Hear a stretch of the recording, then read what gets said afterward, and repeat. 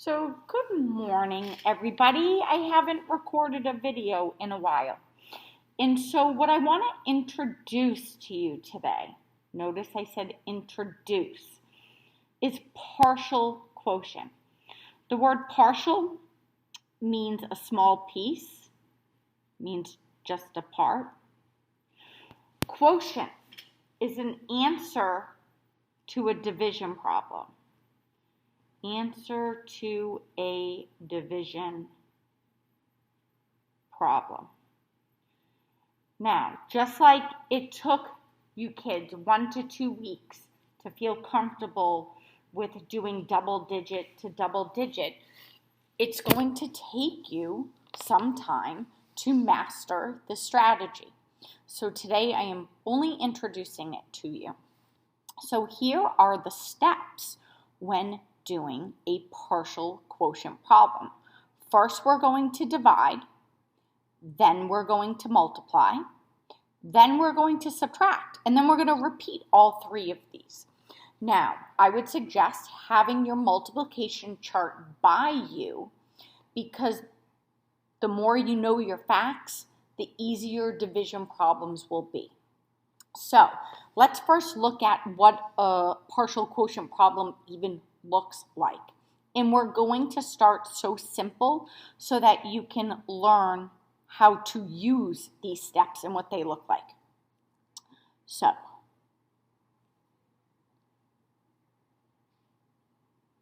all right. So what this division problem is saying to you is 10 divided by 3. So let's put it in a real life type situation. Let's say we have 3 kids. We have 10 munchkins. And the question is, how many whole munchkins can each kid get?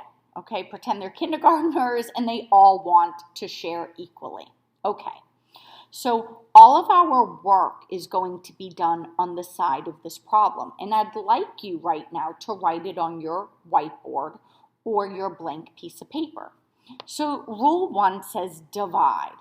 In other words, how many 3s can go into 10 without going over? Well, if you know your 3's tables, you should say 3 times. So that's step 1, divide. Step 2 is to multiply.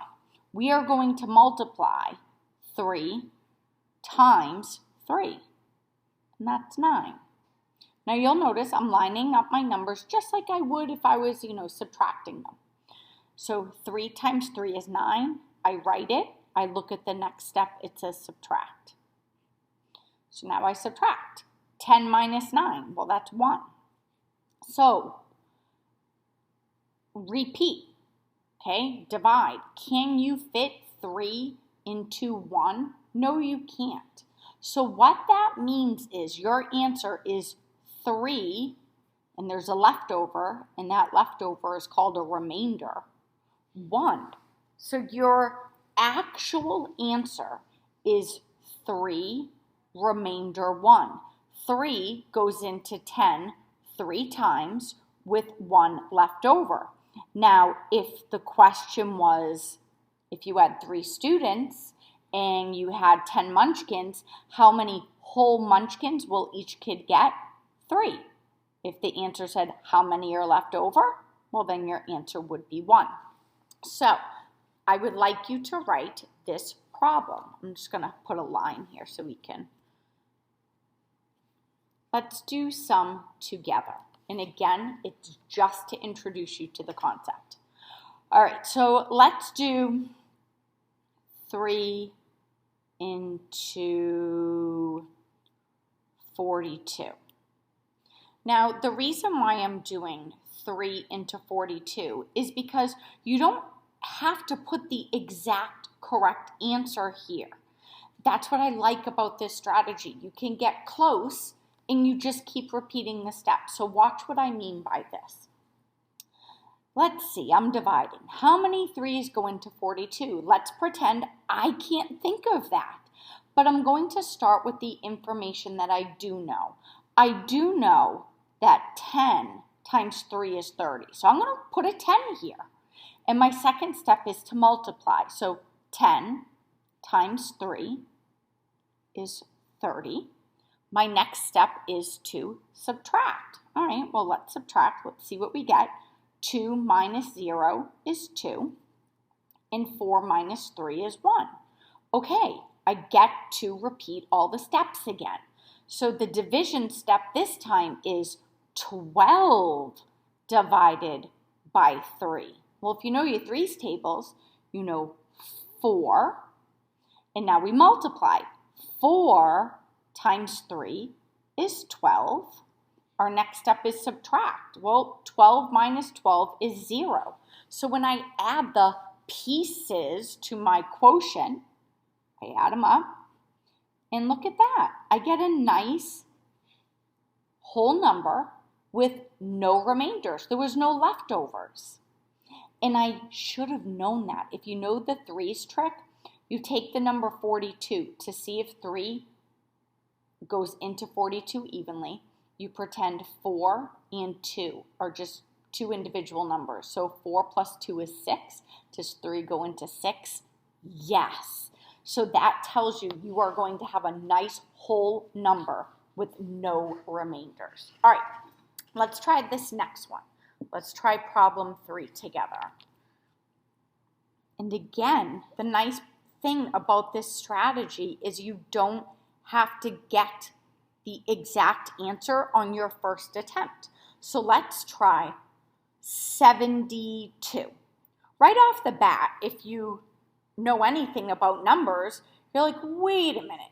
5 goes evenly into numbers that end in 0 and 5. So we know right off the bat that we're going to have a remainder.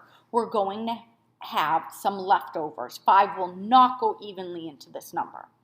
But if I know my multiplication facts, I can narrow it down.